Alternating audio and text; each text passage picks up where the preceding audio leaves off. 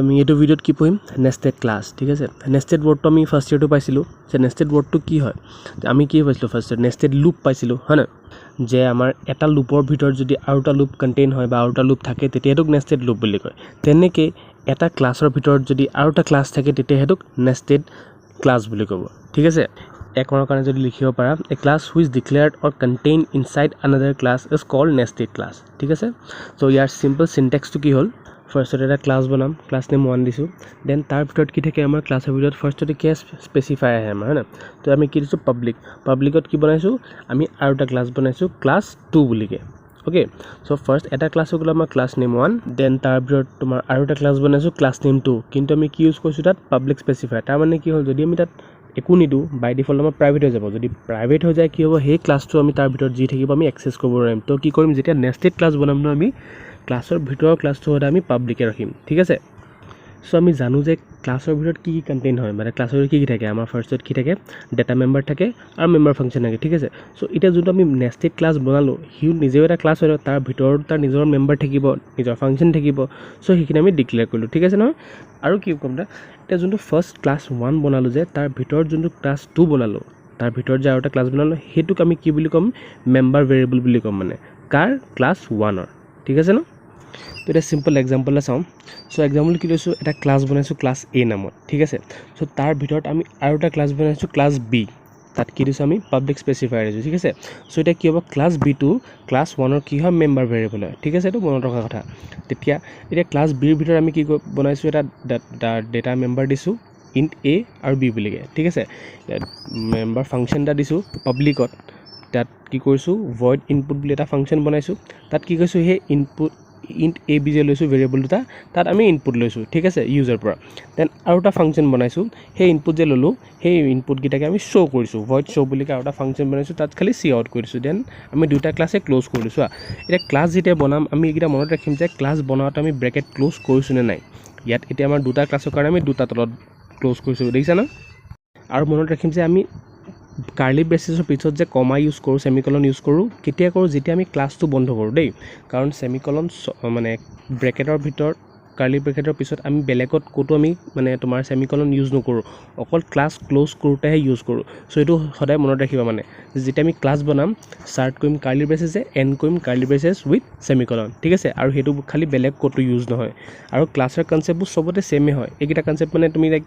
পাহৰি নাযাবা যাতে লাইক মিছ নকৰিবা যে এইকেইটা যে এইটো ইয়াত বেলেগ হৈছে বা তাত বেলেগ নহয় চবতে ছেমেই হয় ঠিক আছে তো আকৌ প্ৰগ্ৰেমটোলৈ ঘূৰি যাওঁ কি হ'ব আমাৰ ক্লাছ দুটা বনোৱা হৈ গ'ল মানে নেষ্টেড ক্লাছটো বনোৱা হৈ গ'ল এতিয়া সেই তাৰ কি কৰিব লাগিব মেইন ফাংচন আমি কল কৰিব লাগিব ঠিক আছে চ' মেইন ফাংচন কি কৰিছোঁ আমি ভইড মেইন বনাইছোঁ তাৰ ভিতৰত কি দিছোঁ ক্লাছ এটো দিছোঁ ঠিক আছে এতিয়া এ স্ক'প ৰিজলিউশ্যন বি তাৰ মানে কি হৈছে এৰ ভিতৰত বি ক্লাছটো আছে এটা কৈছা নহয় কল কৰোঁতে এৰ ভিতৰত বি ক্লাছ আছে আৰু সেই বি ক্লাছৰ এটা আমি অবজেক্ট ক্ৰিয়েট কৰিছোঁ ঠিক আছে এইটোৱে ইম্পৰ্টেণ্ট যে তুমি যেতিয়া এটা নেষ্টেড ক্লাছ বনাবা কি কৰিবা আমিতো ক্লাছৰ কাৰণে অবজেক্ট বনাওঁ নৰ্মেলি জানো ন যে ক্লাছ টাইম ডট অবিজে অ'কে তো ইয়াত আমি কি কৰিম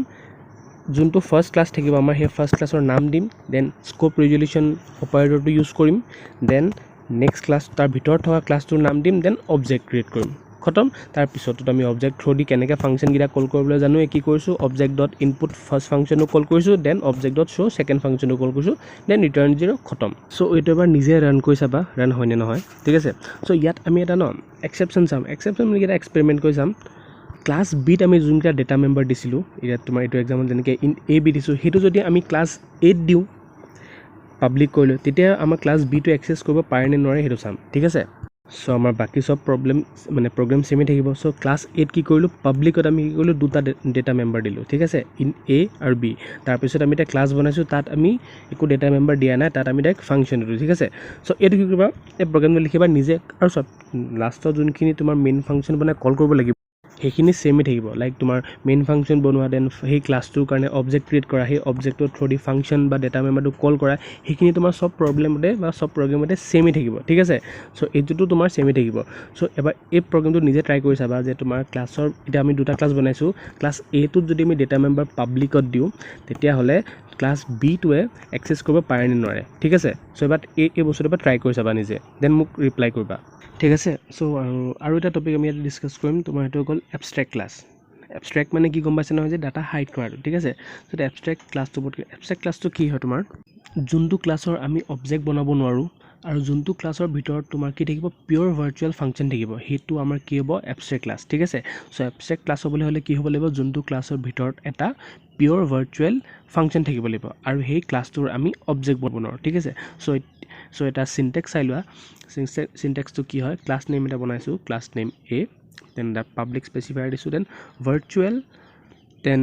function এটা বনাইছো যত ইকুৱেল টু 0 ঠিক আছে সো এটা মানে তোমাৰ ভাৰ্চুৱেল ফাংচন দি কি হইতে চাম কিন্তু এটা মন ৰাখিলো যে ভাৰ্চুৱেল মানে এবষ্ট্ৰেক্ট ক্লাছ হ'বলৈ হ'লে সেই ক্লাছটোৰ ভিতৰত কি থাকিব লাগিব এটা পিওৰ ভাৰ্চুৱেল ফাংচন থাকিব লাগিব এতিয়া চাম পিওৰ ভাৰ্চুৱেল ফাংচন কি হয় ঠিক আছে ইয়াত দিয়া আছে যে function which have no definition and then they start with virtual keyword and ends with equal to 0 তাৰ মানে কি হ'ব যোনটো ফাংচনত আমি কোনো ডেফিনেশ্যন নিদিম মানে তাৰ মানে কি আমি তো ফাংচন ডিক্লেয়াৰৰ ডেফিনেশ্যন জানো ন আমি ফাংচনটো জাস্ট ডিক্লেয়াৰ কৰিম তাত কোনো ডেফিনেশ্যন নিদো তাৰ মানে আমি ফাংচনটো জাস্ট খালি অকল লিখিমহে কিন্তু তাত আমি খুব কাম নিদো ঠিক আছে আৰু যেতিয়া আমি ফাংচনটো ডিক্লেয়াৰ কৰিম যেতিয়া মানে ফাংচনটো বনাম তেতিয়া তাত আমাৰ এটা কি থাকিব কিৱৰ্ড থাকিব ভাৰ্চুৱেল কিৱৰ্ডটো সিনট্যাক্স দিছ ন ভাৰ্চুৱেল কিৱৰ্ড থাকিব দেন তোমাৰ ফাংচন নেম থাকিব ঠিক আছে আৰু এণ্ড কেনেকৈ হ'ব ইকুৱেল টু 0 বুলিকে ঠিক আছে নেক্সট আৰু এটা মনত ৰাখিবলৈ কথা কাৰণ আমি এবষ্ট্ৰেক্ট ক্লাছৰ অবজেক্ট বনাব নোৱাৰো ঠিক আছে তো ফাৰ্ষ্টলি কৈ দিছে যে এবষ্ট্ৰেক্ট ক্লাছৰ তোমাৰ কি হয় অবজেক্ট নবনে কিন্তু আমি এটা এবষ্ট্ৰেক্ট ক্লাছটো ইউজ কৰিলে কি কৰিবলৈ গম পাইছেনে এবষ্ট্ৰেক্ট ক্লাছটো যোনটো ক্লাছৰ ভিতৰত আছে সেই ক্লাছটো যদি বেলেগ কোনোবা ক্লাছে ডিৰাইভ কৰে বুঝা নহয় সেই এবষ্ট্ৰেক্ট ক্লাছটো যদি বেলেগ কোনোবা ক্লাছে ডিৰাইভ কৰে সেই মেইন ক্লাছটোৰ অবজেক্ট বনাই আমি এই ক্লাছটো তোমাৰ এবষ্ট্ৰেক্ট ক্লাছটো এক্সেছ কৰিব পাৰোঁ ঠিক আছে So the next point কি লিখা আছে if we don't override the pure virtual function in derived class then the derived class also become abstract class তাৰ মানে কি হৈ গ'ল তো ইয়াত চা আমি overriding wordটো শুনিছো নহয় যেনেকৈ ফাংচন overriding হৈছে overriding মানে কি হয় যেতিয়া ফাংচন overriding মানে কি আছিলে মানে নৰ্মেলি যে এটা ফাংচনৰ ভিতৰত ধেৰ ফাংচন আমি ডিক্লেয়াৰ কৰিছো মানে এটা ফাংচন নাম ইউজ কৰি আমি তাক বহুত কাম কৰাইছিলো ঠিক আছে ইয়াত কৈছে যে তোৰ derived ক্লাছটো যদি আমি override নকৰো তেতিয়া আমাৰ কি হৈ যাব সেই ডিৰাইভ কৰা ক্লাছটো তোৰ এবষ্ট্ৰেক্ট হৈ যাব তাৰ মানে কি হৈছে আমি যদি এটা মেইন ক্লাছ বনাও তাৰ ভিতৰত যদি আমি মানে তোৰ ওভাৰৰাইড নকৰো ওভাৰৰাইড কৰিম তাৰ ভিতৰতো যদি আমি ক্লাছ নিদো বেলেগ তেতিয়া হেতু অকলেই ক্লাছ হৈ যাব ন তাৰ ভিতৰত যদি আমি তোৰ এইটো ভাৰ্চুৱেল ফাংচন ডিক্লেয়াৰ কৰো তেতিয়া কি হৈ যাব সেই ভাৰ্চুৱেল ফাংচনটো এই মেইন ক্লাছটোকো মানে তোৰ কি কৰি দিব এবষ্ট্ৰেক্ট ক্লাছ বনাই দিব